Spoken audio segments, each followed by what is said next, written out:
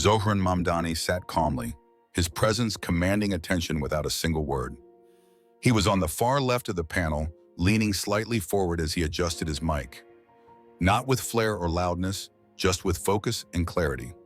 The tension in the studio was palpable, as the audience was unaware that the moment they would remember wasn't in the jokes, but in the confrontation that was about to unfold.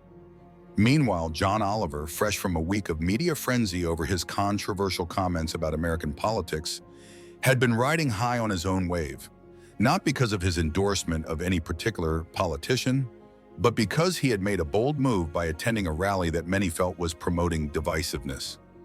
He stood there, laughed along with the crowd, and when challenged, he doubled down. "People are overreacting," he had said in a teaser earlier that morning. "You can't fix the country without talking to everybody.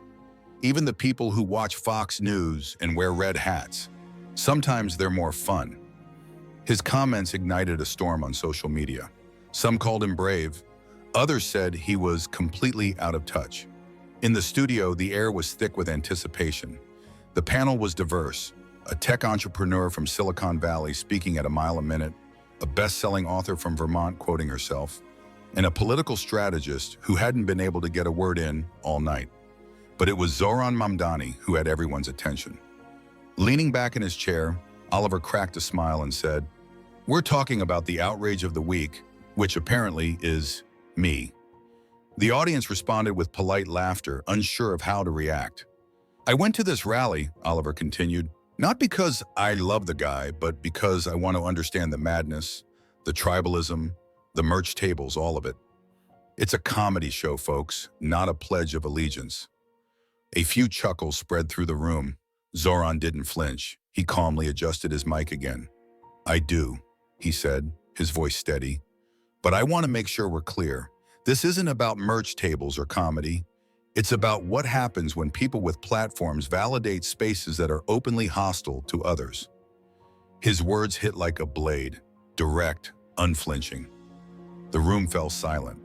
Oliver raised his eyebrows and responded with a chuckle. "I think that's a little harsh." Zohran didn't blink. "Do you?" he asked. "Look, I've always said, left or right, it doesn't matter. Comedy is how we cope. But you weren't just talking. You were laughing with people who cheer for ugly things. You stood there while someone shouted, 'Go back to where you came from,' at a reporter. That wasn't a joke. That was just hate." The laughter stopped, and the room grew tense. Everyone leaned forward, waiting for what came next. Zohran's gaze was unwavering, his words slow but cutting. Zohran sat back, his posture still relaxed, but his eyes sharp and focused. For the first time that evening, he didn't need to raise his voice to command attention. The tension in the room was palpable as the audience began to realize that the conversation was shifting. Oliver, now caught off guard, glanced down at his notes, clearly unsure of how to respond. The silence lingered until Zohran, with his calm demeanor, spoke again. "I don't think anyone's calling you a traitor, John," he said, looking directly at him. "What I'm saying is that when you show up in spaces where people actively cheer for policies that harm entire communities, and you laugh along, no matter how comedic your intent, it sends a message that the harm isn't real, that it's not serious." Oliver's eyes widened, and he opened his mouth to defend himself, but Zohran raised a single finger, a quiet gesture that signaled for him to listen. "You call it a comedy experiment," Zohran continued, his tone steady and firm. "But you didn't walk away from that rally telling the crowd what they needed to hear. You laughed at their jokes and then you used your platform to soften it all. That's not neutrality, that's validation." The panel fell silent. The tech entrepreneur stopped, tapping his pen, the political strategist leaned back in his chair, and the author from Vermont, usually quick to speak, was now still. Oliver exhaled slowly, trying to regain control of the conversation. "But let's not pretend I was standing there shouting slurs," he said, attempting to laugh it off. "I was observing. I've always done that. Go where the fire is and tell the story. But who gets burned in that fire, Zohran?" Zohran paused for a moment, looking directly at Oliver before replying. "The people who don't have the luxury of calling it content," he said firmly. "The people who don't get to sit on a panel and laugh it off once the cameras are cut. Because for them, the things they hear at those rallies, Those words, those actions, they don't stop when the banners come down.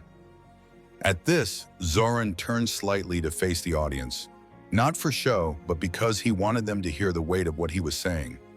I represent communities in South Brooklyn who have been harassed just for existing. I've had constituents followed home, screamed at, told to leave stores, simply because someone assumed they were the enemy. That kind of energy doesn't come from nowhere. It's fed, it's allowed. And when people with platforms like yours show up and call it a field trip, you're telling the world that those fears are exaggerated, that they don't matter. Oliver, now sitting back, tried to push back. Are you saying I can't go anywhere now? Zohran leaned in slightly, his voice calm but resolute. I'm saying if you choose to go, you need to own the weight of it. You want to call yourself an observer?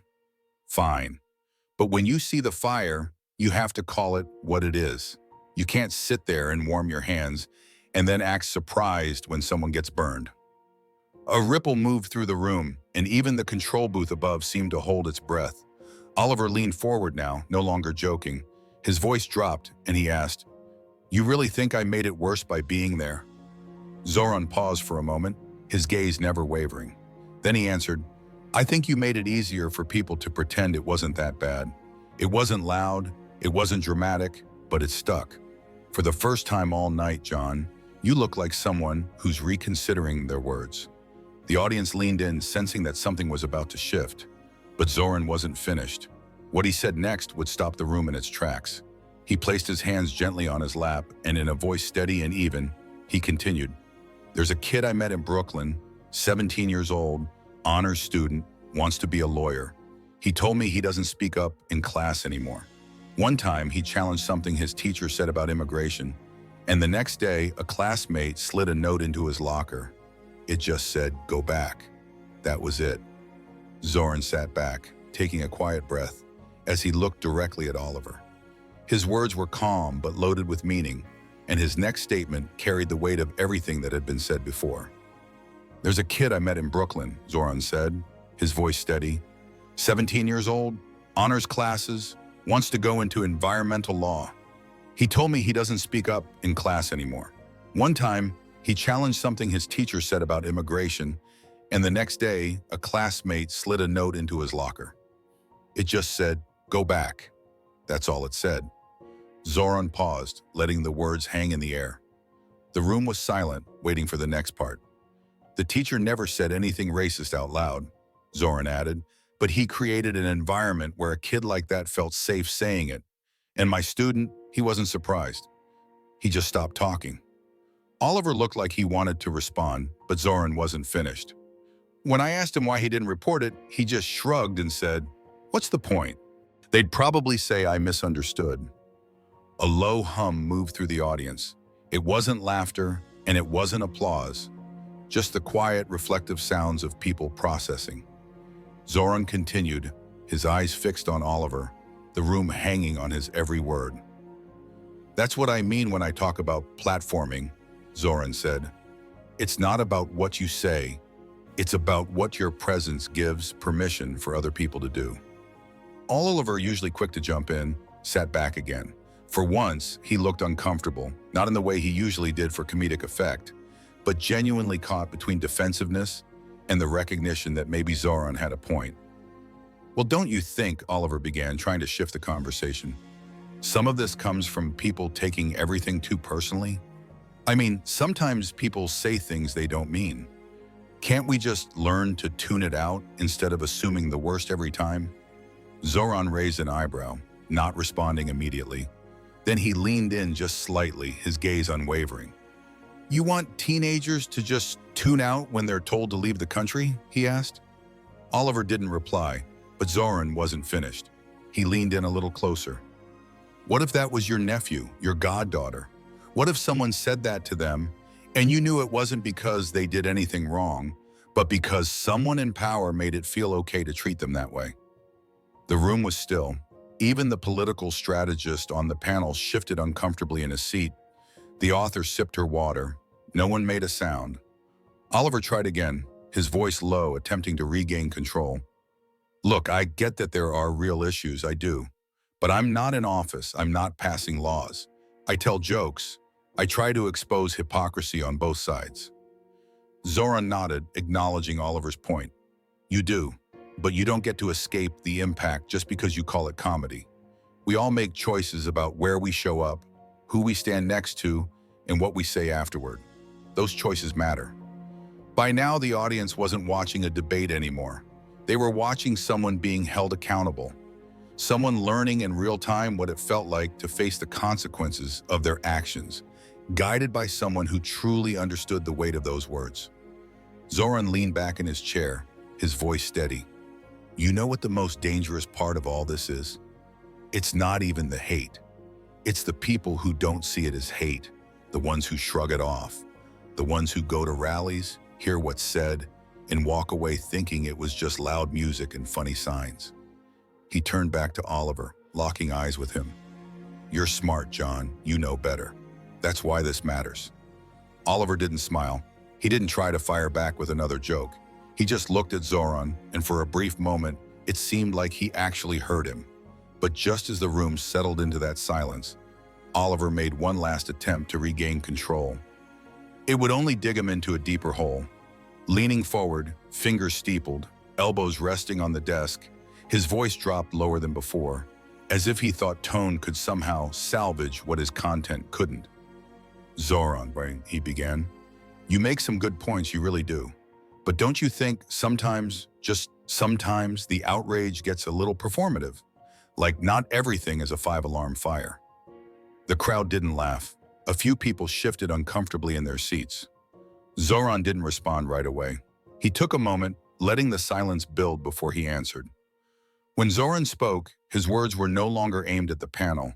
They were for the people watching, those who would hear this later on their phones, sitting at lunch breaks or riding the bus home from work. He turned toward the camera, the audience outside the studio now his true focus. You want to talk about performance, Zohran said, his voice unwavering. Let's talk about what it feels like to be followed through a grocery store with your baby in the cart and someone whispering behind you, asking if you're on benefits. His voice didn't tremble, it sharpened. That happened to my sister in the middle of Midland, in broad daylight. She didn't get to go viral. She just got humiliated, then had to buy milk and go home like nothing happened. Zohran paused, letting the weight of those words settle in the air. Oliver opened his mouth to respond, but stopped himself. This isn't about 5-alarm fires, Zohran continued. It's about the slow burn that people live with every day. And when someone with your audience plays tourist in that kind of environment and leaves without naming it for what it is, you're not neutral.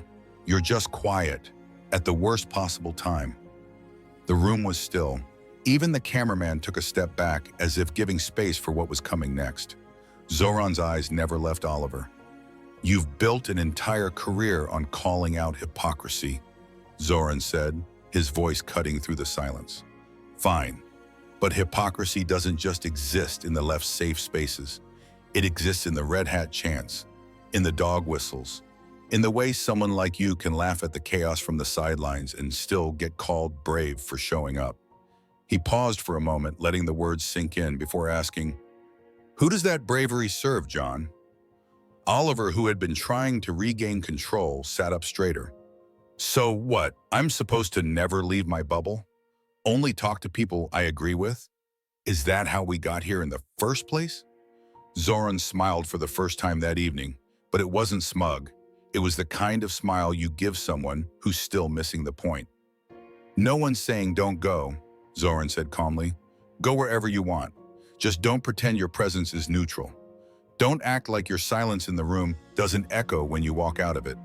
There was something heavy about those words. Not angry, just undeniable. Zohran turned to the audience once more, his gaze sweeping across the room. Here's what most people won't say on shows like this. Some of you are so used to being centered that the minute someone asks you to see from the margins, it feels like an attack. A few people in the crowd gasped quietly. It wasn't shock, it was recognition. Oliver looked toward his producers, not out of panic, but like someone stalling for time. Zohran didn't flinch. We're not asking for pity, Zohran continued, his voice steady. We're asking for honesty. When you choose where to stand, be honest about what's behind you, because somebody's always watching. The strategist on the panel nodded slowly, and the author finally set her cup down. Oliver looked tired, not only physically, but in that way someone does when they know they're on the wrong side of the moment and can't joke their way out of it. The audience didn't clap, not yet. They were still processing, still sitting with it. But in the seconds that followed, something subtle began to change. The room felt different. Zohran glanced toward the crowd, not for approval, not to burn, just to see if they were still with him. They were. He leaned in slightly, calm as ever, and looked Oliver directly in the eye. "You've made a career out of saying the quiet parts out loud," Zohran said, his voice steady. "But the truth is, the loudest thing you have said this week was nothing." A beat passed, then another. No one moved.